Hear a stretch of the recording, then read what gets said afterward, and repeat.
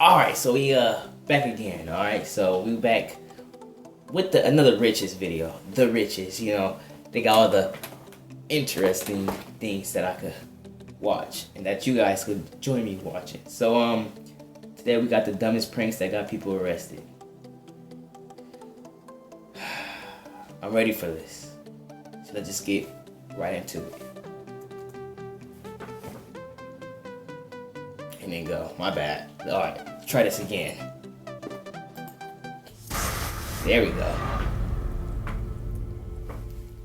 What makes a hoax stand out from a joke or an April Fool's Day prank? In some instances, there's a fine line between a funny prank and a disturbing hoax. Those who started the hoax ended up spending at least a little time behind bars to think about what they'd done. Uh-oh.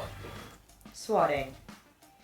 Perhaps one of the most dangerous and dumb hoaxes that some people have tried is called swatting. In a nutshell, this involves getting to enter or storm someone else's house in the belief people inside need help. In 2014, a 17-year-old Canadian was arrested after he swatted someone. Having been rejected by a girl, his face blurred out. He called the police to inform them he was in the girl's house and would kill her and anyone who tried to help. Of course, he wasn't anywhere near the girl's house, but police didn't care and arrested the troublemaker all the same.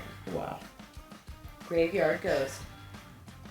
Anthony Stollard is proof that alcohol, churches, and hoaxes do not go together. In 2014, Stollard was drunk and on church grounds when he decided it would be fun to pretend he was a ghost. Bordering on the ridiculous, people nearby were more than a little upset when they heard ghost sounds coming from the graveyard. Only after Stollard was seen running around with his arms up howling like a ghost did people call the police, who promptly arrested and fined the graveyard intruder.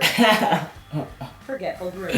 Really, dude? If you've ever been involved in a wedding, you know it can be a stressful day. You likely also know that it's the bride's day, and you shouldn't mess around with the big decisions. Apparently, nobody told groom Neil McArdle. While he'd remembered the tuxes and rings, McArdle had forgot to get all the legal paperwork in order. Rather than tell his bride about the slip, he decided to stall the wedding by calling it a bomb threat. Needless to say, the hoax didn't go over well with the authorities, and the groom-to-be ended up facing Wait, what? I didn't cry. Swatting Part 2.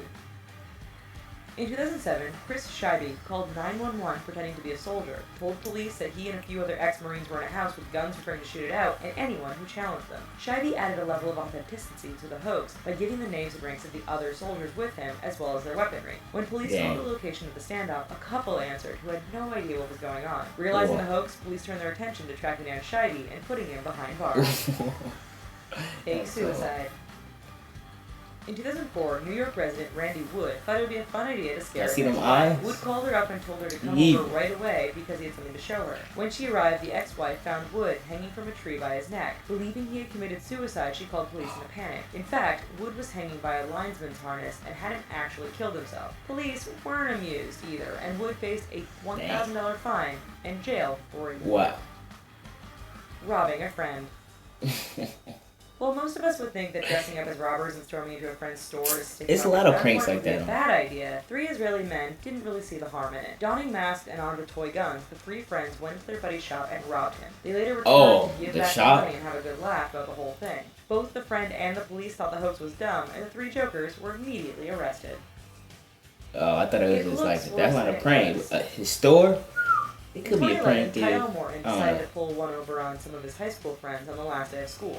What makes for fun times? Apparently, Tyle thought putting an inflatable sex doll in one of the women's bathroom stalls would be funny. A janitor saw Tyle run out of the bathroom, and school security footage showed that around the same time, a hooded person had entered the school with a package and left empty-handed.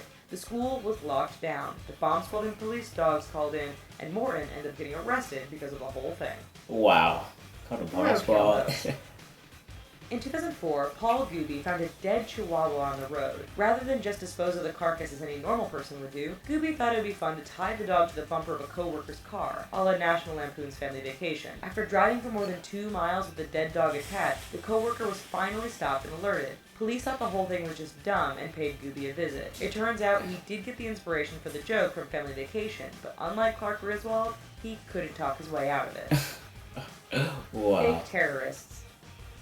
3 brothers from Melbourne, Australia set up one prank so bad it terrified people on the street and could have ended up with all 3 of them getting killed. The 3 men, whose names were withheld by police, were known for staging faked bombings, abductions, and shootings for their YouTube videos, which were becoming more and more popular. In February 2016, authorities showed how real they thought the whole thing was when counter-terrorism forces stormed the boys' home. The dumb hoaxes now have all 3 headed to court to face a list of charges. Ooh.